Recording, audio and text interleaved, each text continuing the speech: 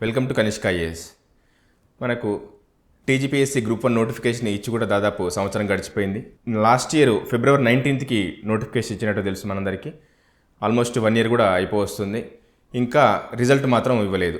మనం చూస్తూనే ఉన్నాం, జనరల్గా యూపీఎస్సీ కూడా 1 yearలోనే రిక్రూట్మెంట్ కంప్లీట్ చేస్తుంది. కానీ ఇక్కడ మాత్రం 1 year దాటిపోయింది, ఇంటర్వ్యూ కూడా లేదు, అయినా కూడా ఇంకా రిజల్ట్ కోసం ఎదురు చూడాల్సిన పరిస్థితి. కొన్నిసార్లు మనం ఏమనుకున్నామంటే మేబీ ఎమ్మెల్సీ ఎలక్షన్స్ వల్ల కూడా డిలే అవుతుండొచ్చు అని కూడా అనుకున్నాం. అఫ్కోర్స్ ఎమ్మెల్సీ ఎలక్షన్స్ కూడా అయిపోయింది, ఓటింగ్ అయిపోయింది.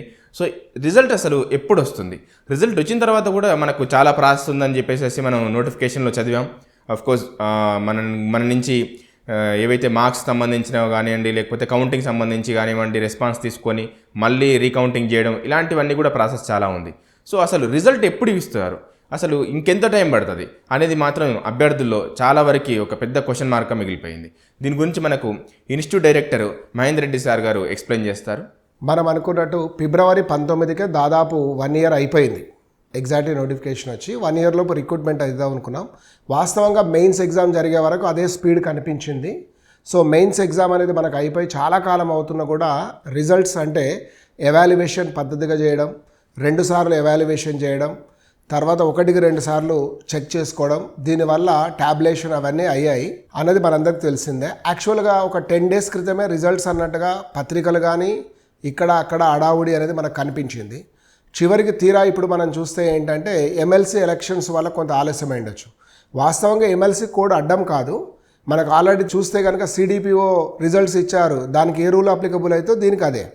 అయినప్పటికీ కూడా బహుశా జిఆర్ఎల్ పెడితే గ్రూప్ 1 అంటేనే చాలా ఇంపార్టెంట్గా చూస్తుంది సమాజం అంతా. కాబట్టి ముందు జిఆర్ఎల్లో టాప్లో ఉన్న వాళ్ళు కాకుండా వెనుక ఉన్న వాళ్ళందరూ కూడా కాస్త ఫెయిల్యూర్కే అంటే తక్కువగా ఉన్నవాడు ఖచ్చితంగా ప్రభుత్వం పట్ల కొంచెం నెగిటివ్ అభిప్రాయాన్ని పెంచుకునే అవకాశం ఉంటుంది. కాబట్టి ఆపి ఉండవచ్చు అనుకుంటున్నా టెక్నికల్గానే, లేదా నిజంగానే అక్కడ ఇంకేమైనా పరీక్షకు సంబంధించిన వర్క్ కూడా జరుగుతుందో మనకు తెలియదు.